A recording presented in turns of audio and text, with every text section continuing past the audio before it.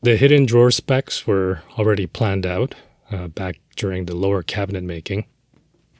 All in all, there would be 3 under the island, 1 big and 2 medium size, and 1 more under the wall cabinet. For the hardware, I installed the Blum Moventos, along with the tip-on module for the push-to-open feature. And now for the actual drawers, I'll be going with the most simple box construction without any joinery or glue. I'm simply going to screw in the front and back, screw in the sides, and put a faceplate on. These are hidden drawers, so I'm not really concerned about the screws showing on the sides. I like the way these screws look anyways.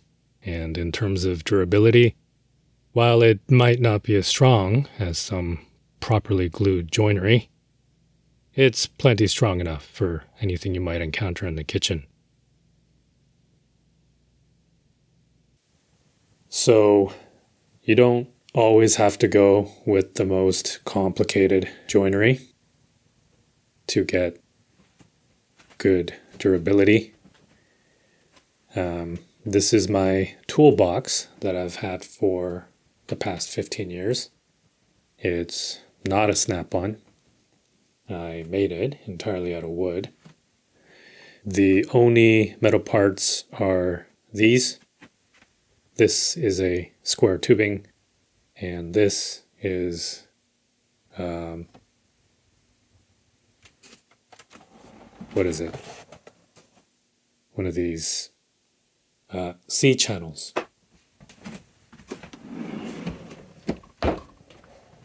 And they are aluminum. I just polished them to look like chrome. This part here is vinyl wrap. But same with this. This is a sheet of aluminum that I cut.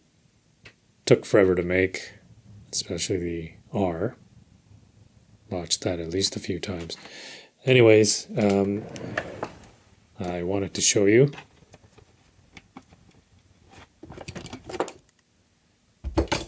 The drawer construction.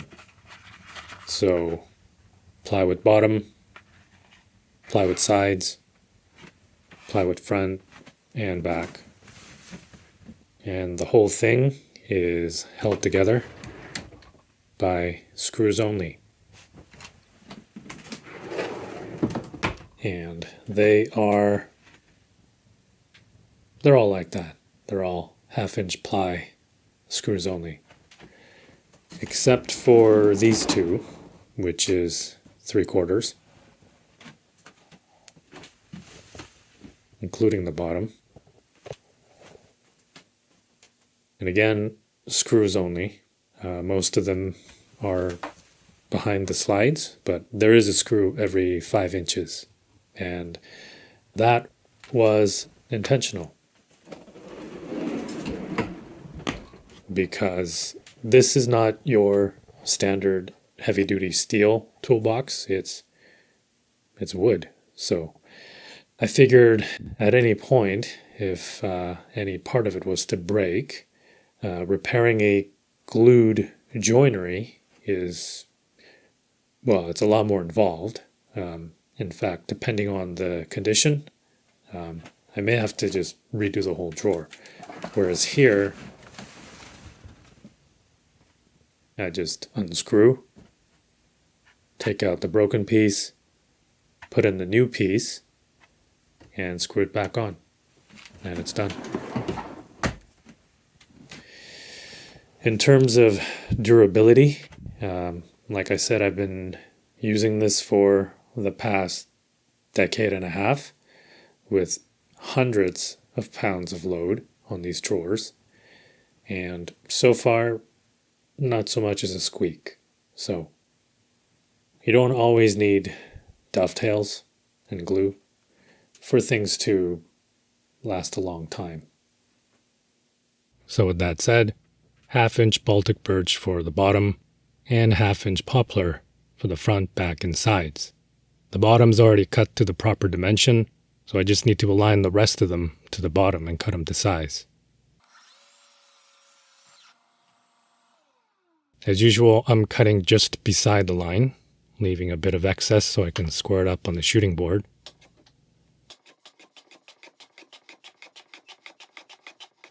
Then I'm going to pre-drill all the holes first.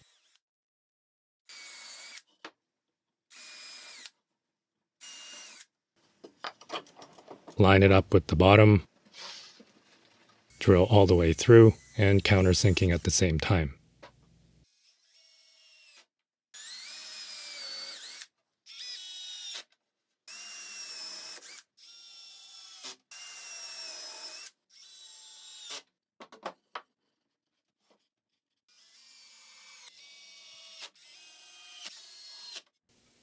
For the side, I'm just gonna scribe the length,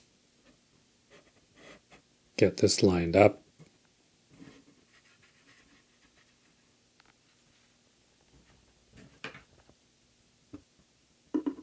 and mark the end.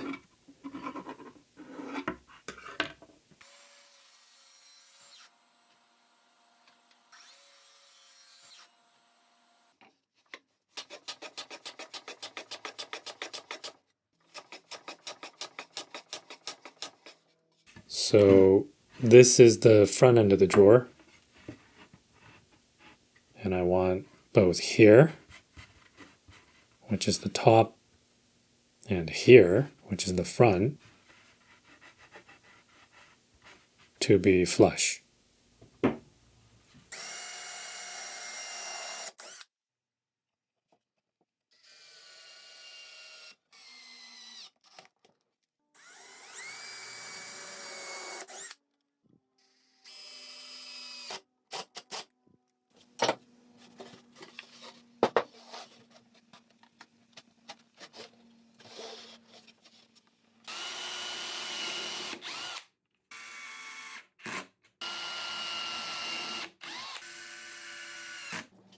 Now for the undermount tab holes.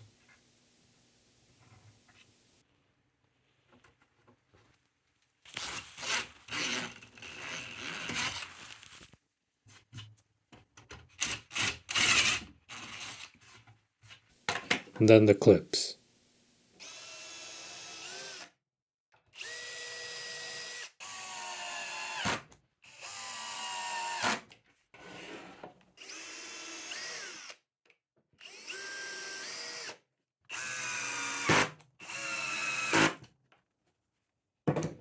So this is one of the two medium-sized drawers at just under 22 inches. And I want to show you what happens when you don't use the linkage bar, which is recommended at anything wider than 15 inches.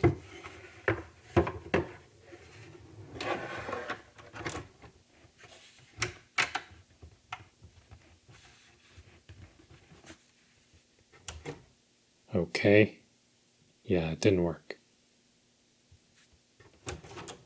Now it works. Again, 2 taps. Make sure the clips are on properly.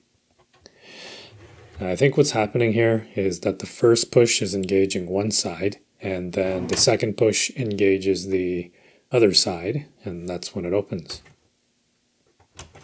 Again, on the second. Oh, there we go. That was on the first. Second.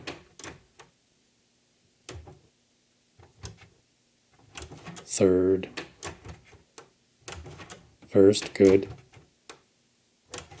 First again, nice. Third. So yeah, you're gonna want to push it as center as possible. Even then, it's pretty inconsistent.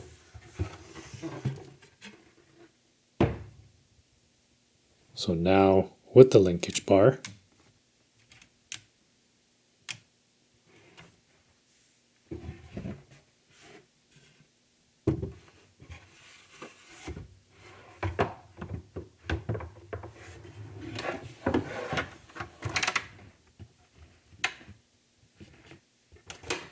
there we go.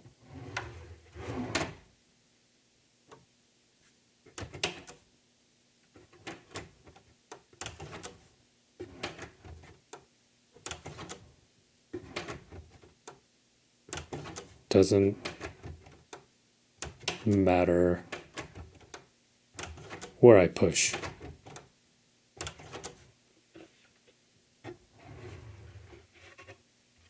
For the face plates, I'm using a single piece cut into 3. Considering that these are supposed to be hidden drawers, it'll be more convincing if the grain runs continuous with the least amount of gap possible.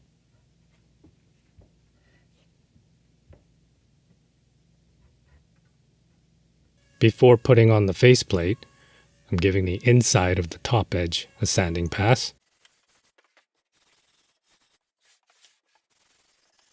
giving it the usual 3 coats of water-based polyurethane, and pre-drilling all the holes, then countersinking them from the inside. And as for the face plates themselves, they'll get the same staining treatment as the rest of the drawer fronts, and the usual coats of water-based poly.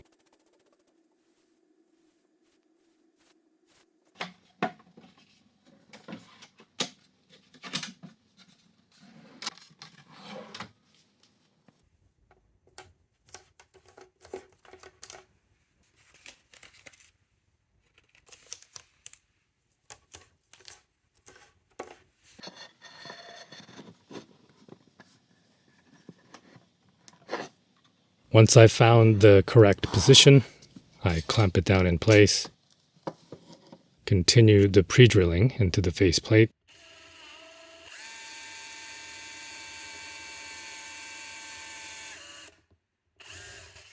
and drive in the fastener.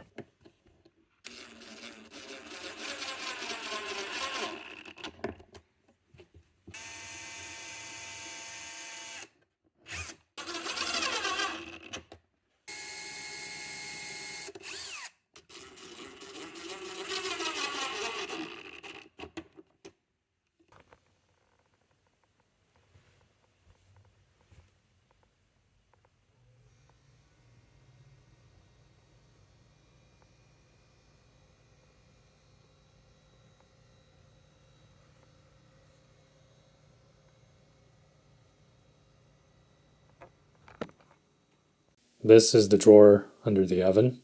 It's 28 inches wide, 24 inches deep, so pretty big. The issue that I see with this one is that it will probably drag once I put the faceplate on. So here's the faceplate. It's going to be a 16th gap at the bottom.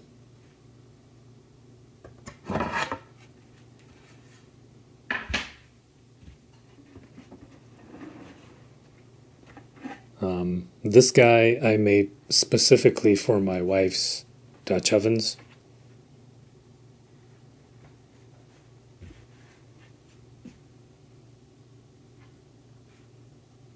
Which is quite heavy.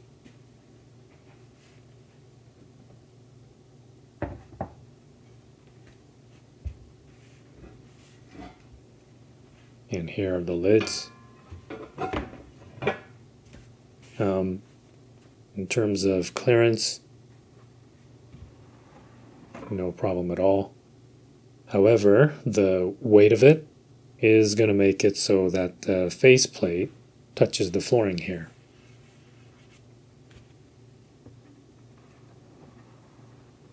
And there's going to be other stuff in here as well, so it's not even at its capacity yet, but already I can see the sag is more than 16ths.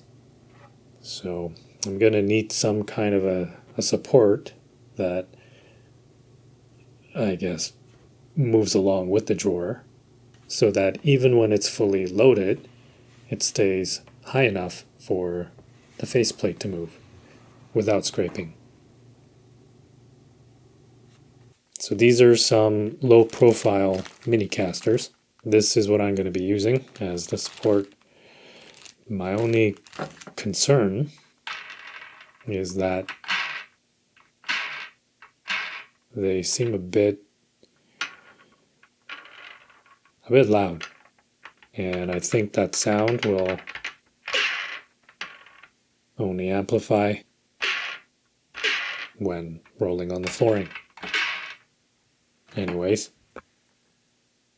I do have them set exactly 1/16 more than the bottom of the faceplate.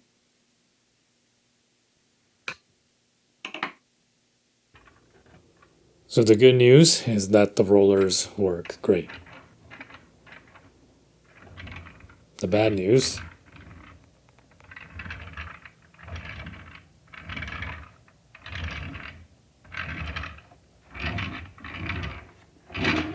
is that it's very noisy.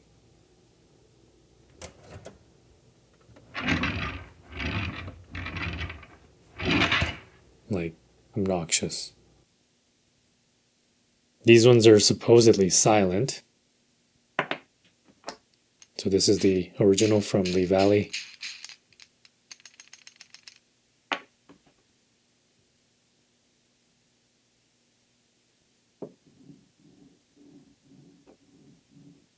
Definitely quieter. Lots of play. Zero play. So I'll give that a try.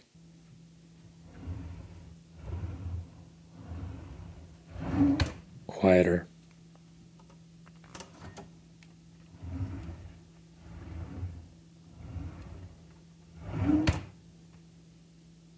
Much quieter. And here it is with the roller support. So not fully loaded yet, but nice and quiet and no scraping. So that is it for the hidden drawers. And that's about that.